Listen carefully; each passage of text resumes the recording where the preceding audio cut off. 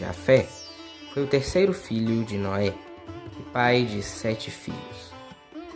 O livro dos Jubileus, considerado canônico pela Igreja Etíope Ortodoxa, bem como os Beta Israel, diz que o nome de sua esposa era Adatanenses. A tradição judaica o atribui à construção da cidade de Jaffa, hoje localizada na parte sul de Tel Aviv, considerada uma das mais antigas cidades portuárias do mundo. O Etymology, uma enciclopédia etimológica compilada pelo bispo Isidoro de Sevilha, traça as origens da maioria das nações da Europa até Jafé. Já em Isidoro de Sevilha, eles foram os fundadores de cidades e regiões na Europa, Ásia e África. Toda raça humana deve ser descendente deles, e eles, Shem, Ham e Jafé, portanto, dividiram o mundo entre eles. A Europa foi herança de Jafé, e seus numerosos descendentes e seus descendentes, por sua vez, foram os ancestrais de todos os grandes povos europeus, francos, latinos, alemães e britânicos, para citar apenas alguns. Estudiosos em quase todas as nações europeias continuaram a repetir e desenvolver a afirmação de Isidoro de Sevilha sobre a descendência de Noé através de Jafé até o século XIX. Porém, de acordo com Abu e Ghazi, Kandikiva, que escreveu o Sajara e Tarankman, a genealogia dos turcomanos, Iafis foi para as margens dos rios Itil e Iaik. Já para Liu Xi, um estudioso sunita que tentou explicar o pensamento muçulmano no clima intelectual chinês para um público chinês ruim, após o dilúvio de Noé, Jafé herdou a China como a parte oriental da terra, enquanto Sem herdou a Arábia como parte intermediária e Ham herdou a Europa como a parte ocidental do mundo. A tradição islâmica também tende a identificar os descendentes de Jafé como incluindo os turcos, cazares, chineses, mongóis e eslavos. Historicamente, Jafé foi o progenitor do ramo ariano ou indo-europeu da família humana. Porém, qual foi o elo entre os filhos de Jafé e esses povos? Seja muito bem-vindo ao canal Estudando a Bíblia, e este vídeo faz parte da série Nações dos Filhos de Noé, onde tentamos, com base na história, encontrar a ligação entre os descendentes de Noé e os povos da terra.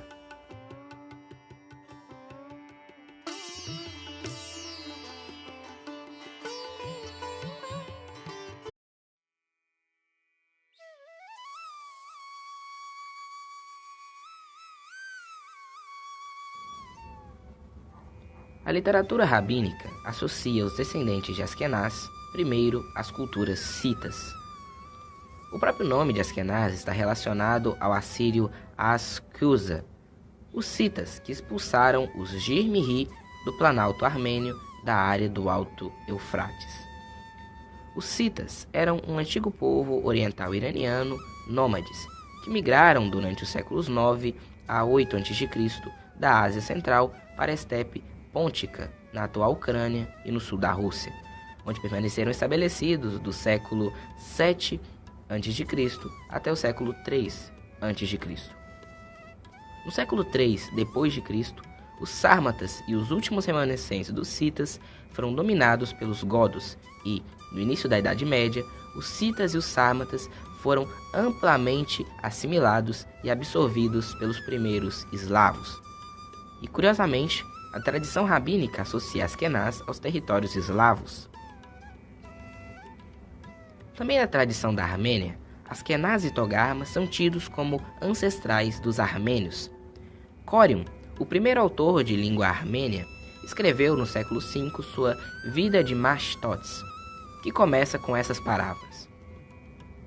Eu estive pensando no alfabeto dado por Deus da nação Ascanazian e da terra da Armênia, quando, em que época e por meio de que tipo de homem esse novo dom divino foi concedido. Autores armênios posteriores, como João V, o historiador, concordam com isso. Por causa dessa tradição, Ascanaz é um nome masculino usado ainda hoje pelos armênios.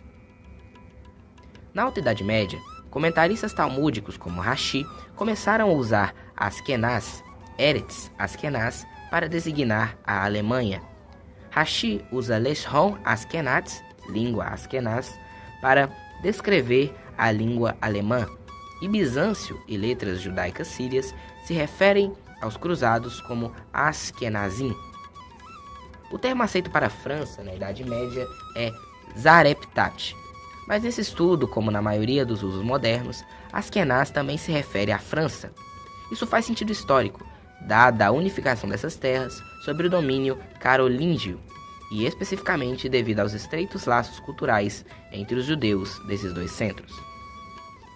As genealogias reais do tomo de James Anderson, de 1732, relatam um número significativo de tradições antiquárias ou mitográficas sobre Askenaz como o primeiro rei da Alemanha antiga. Askenaz, ou Ascanes, chamado por Aventinus Tuisco o Grande e por outros Tuisto ou Tuiso. Nos vocábulos da Saxônia e da Essia, existem algumas aldeias com o nome de Askenaz, e dele os judeus chamam os alemães de Askenaz. Mas no saxônico e no italiano, eles são chamados de Tuiscones, de Tuisco, seu outro nome. Askenaz tinha um irmão chamado Sítia, dizem os alemães, o pai dos citas, pelo que os alemães também foram chamados de citas, com muita justiça, pois vieram principalmente da antiga Sítia, e a Alemanha tinha vários nomes antigos.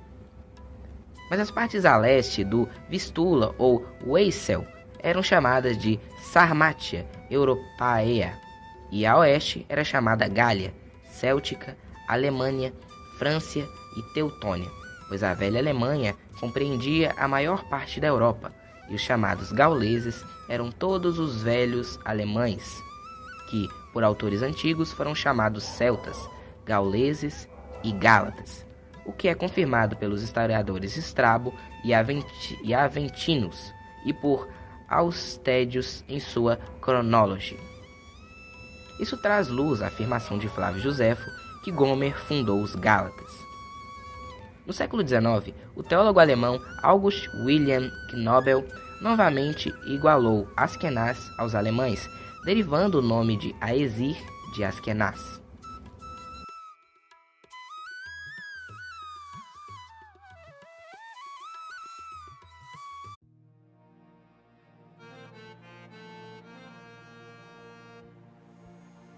Rifate foi o segundo filho de Gomer e neto de Noé. O seu nome aparece em algumas cópias de 1 Crônicas como Diphat, devido às semelhanças dos caracteres Dalet e Resh nos alfabetos hebraico e aramaico. Sabemos que os gomeritas, descendentes de Gomer, eram conhecidos pelos gregos como Gálatas, o nome romano para celtas, embora designe mais especificamente a tribo que morava na Galácia. Boa parte da população da Europa Ocidental pertencia às etnias celtas, até a conquista daqueles territórios pelo Império Romano. Organizavam-se em tribos, que ocupavam o território desde a Península Ibérica até a Anatólia. Diferentes tribos celtas ocuparam esses lugares. Entre estas, podemos citar os Ordovicos, que habitaram a região do país de Gales, os Celtíberos, que habitaram ao norte de Portugal e Espanha, os Helvécios, que habitaram o território da Suíça, os Biturges, que habitaram na região da França, e os Gálatas, que se instalaram na região da Turquia. Flávio Josefo supôs que ele era um ancestral dos Rifatins, agora chamados de Pafilagônios, indicando o primeiro povoamento de origem indo-europeu a se expandir para a Europa Oeste. Os Pafilagônios eram uma das mais antigas nações da Anatólia e foram listados entre os aliados dos troianos na Guerra de Troia. Hipólito de Roma fez dele o ancestral dos Sauromatians, um antigo povo cita, mencionado por autores greco-romanos e com o qual é identificado. Vale ressaltar aqui que Sauromatians são distintos dos Sarmatians, a quem o próprio Hipólito chamou de descendentes de Askenaz, irmão de Rifate. Rifate tem sido frequentemente conectado com as montanhas Rifaim da geografia grega clássica, em cujos sopés os Arimaspi também chamados de Rifaíns, viviam. Knobel propôs que Rifate gerou os povos celtas, que, de acordo com Plutarco, cruzaram as montanhas Rifaim enquanto estavam a caminho do norte da Europa. Segundo essa noção, as montanhas Rifaim provavelmente são localizadas nas montanhas dos Cárpatos.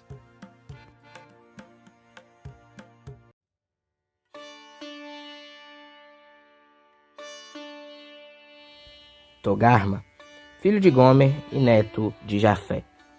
Togarma é identificado pela maioria dos estudiosos com o nome da capital de Kamanu, conhecida nos textos hititas como Tegarama, uma cidade da Anatólia durante a Idade do Bronze. Os Tegarama, ou Tegarma, migraram da Capadócia para a Armênia e ali fundaram os armênios, georgianos e outros povos do Cáucaso. Moisés de Crorene, historiador armênio, e Leonte Brovelli, cronista georgiano, consideravam Togarma como o fundador de suas nações, junto com outros povos caucasianos. Segundo eles, o filho mais velho de Togarma, Yaik, herdou o Monte Ararat e fundou a nação armênia, enquanto que Cártilos, seu segundo filho, uniu seus irmãos e fundou a nação georgiana. De lá, eles provavelmente se mudaram para o território turcomano. Os povos mongoloides, da divisão oriental dos povos turcos da Ásia Central, afirmam ser descendentes de Jafé e se autodenominam Togarma. Togarma estava ligado a vários povos turcos medievais por tradições judaicas. O governante Khazar Joseph ben Aron escreve em suas cartas: Você também nos pergunta em sua epístola de que povo e de que família e de que tribo você é. Saiba que nós somos descendentes de Jafé, por meio de seu filho Togarma. Eu encontrei nos livros genealógicos de meus ancestrais que Togarma teve 10 filhos. A tradição fala em termos de um certo filho de Jafé, conhecido como Torque. Ele, por sua vez, teve um filho, Taunak-Shan. Ele foi sucedido por Ilinger, ou Alanza. Ilinger teve 2 filhos, Tartar-Khan, o progenitor dos tártaros, e Mongul-Khan, progenitor dos mongóis. Mas vale lembrar que isso é apenas uma tradição. Os mongóis de pele dourada da Mongólia e da Mongólia Interior, misturados até certo ponto com os descendentes de Togarma e Esaú. Alguns outros parecem estar na Sibéria, incluindo os Dolgans e os Yakuts.